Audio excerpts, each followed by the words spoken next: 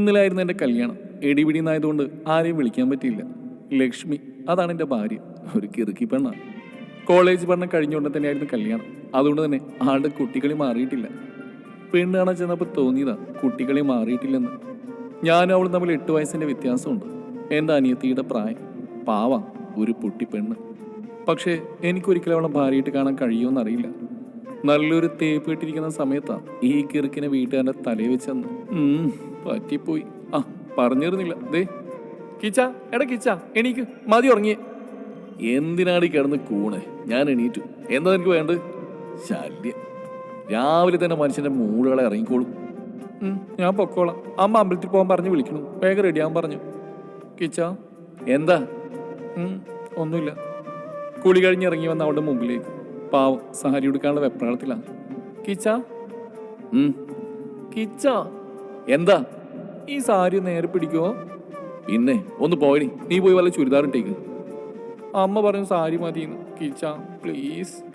അവളെന്റെ കയ്യിൽ പിടിച്ചിണങ്ങി തുടങ്ങി. വിട്, കൈവിടാൻ. കിച്ച.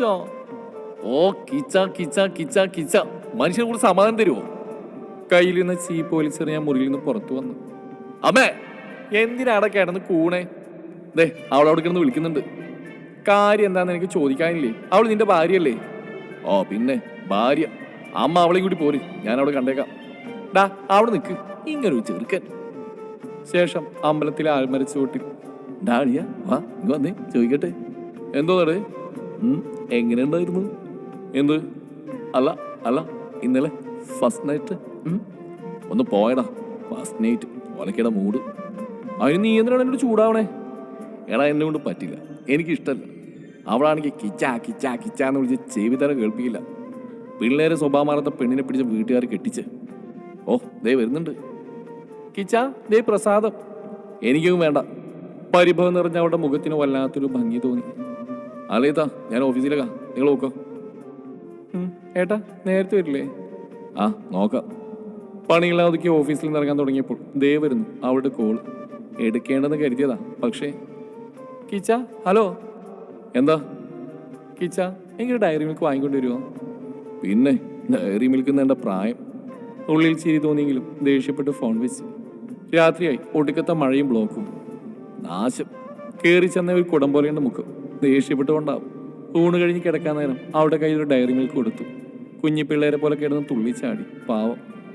എന്തോ അവളോടുള്ള പഴയ ദേഷ്യം മാറി തുടങ്ങിയിട്ടുണ്ട്. മാറ്റിയല്ലേ പറ്റൂ. ഡീ എന്നാടാ കുരങ്ങ?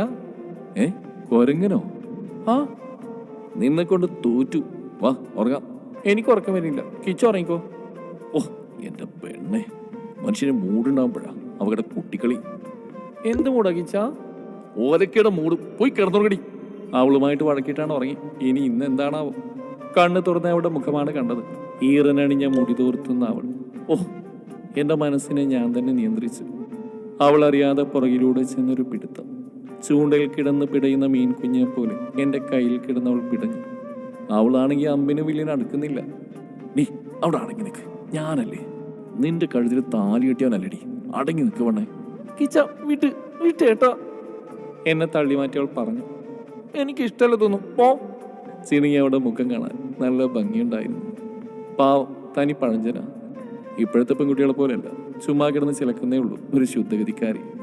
ഞാനങ്ങനെ പെരുമാറിയതുണ്ടാവും. ഒരാഴ്ചയായിട്ട് എനിക്ക് ആൾ മുഖം തരുന്നില്ല. എവിടെ വരെ പോകും നോക്കാം.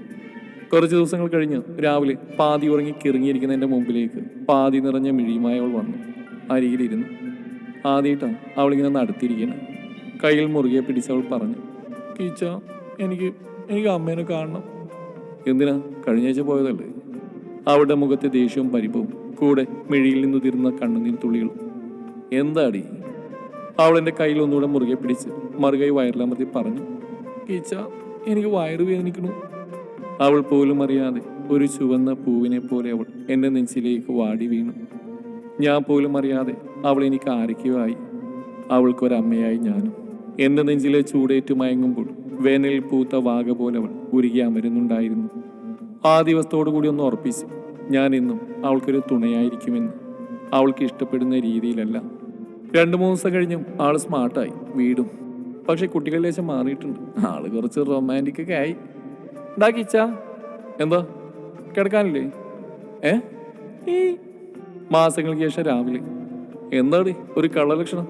എന്നാ പറ. അവൾ പതിയെ നാണത്തോടു കൂടി വയറിൽ തടവി. എന്താ വയറ് വേദനിക്കുന്നുണ്ടോ? ഒന്ന് പോടെ കുരങ്ങ എല്ലാം ഒപ്പിച്ചു വെച്ചിട്ട് വയറ്റി കിടന്ന് മോൾ അച്ചാന്ന് വിളിക്കണോ?